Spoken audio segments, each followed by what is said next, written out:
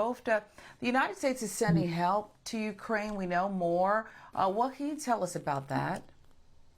Right.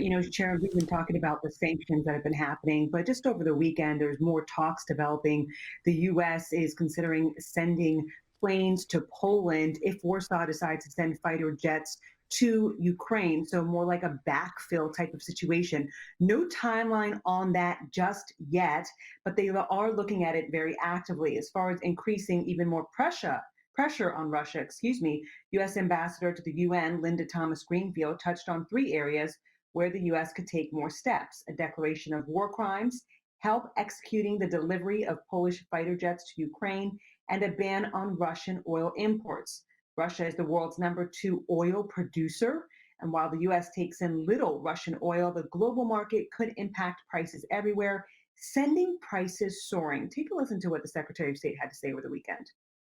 I'm here in Europe working with NATO allies, European Union partners, and others, working on, among other things, increasing even more the extraordinary pressure that's already been exerted on Russia with unprecedented actions and sanctions that are having a crippling effect on the Russian economy, as well as additional steps that we can take to help our friends in Ukraine, including getting them even more assistance on top of the historic aid we've gotten them to date, and that has been effective.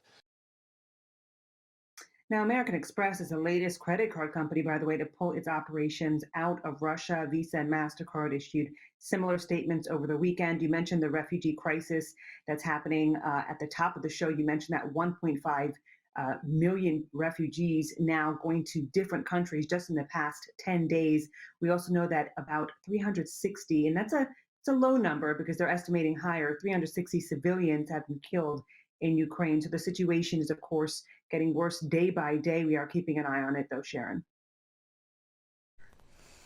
All right, Bofta, and Ukraine's president spoke directly with members of Congress on a Zoom call over the weekend. He was making another plea to the United States. Can you detail that for us?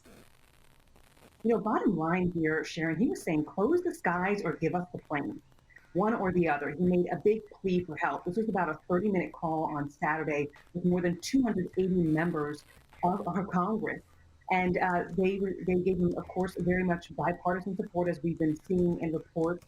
But they also praised him on that call. They said that he was inspiring them. But he was very clear that he needs help, and that the battle of the skies is extremely critical at this point in time. So we know right now that Senator Chuck Schumer and Minority Leader Mitch McConnell are working in a bipartisan manner to get funds quickly. How fast that will happen, how quickly the planes may be there to help backfill, as I mentioned at the top, remains to be seen. But $10 billion is a number that's been on the table for humanitarian and security funds and economic funds that could help Ukraine and go a long way. But again, it does seem to be a bipartisan effort. More than 280 members of Congress on that Zoom call, and then he fielded some Q&A questions after speaking for about 30 minutes to that group on Saturday. And so, and he also, and I want to add this, he also said, this may be the last time that you see me alive. And for a president to say that, it sends chills.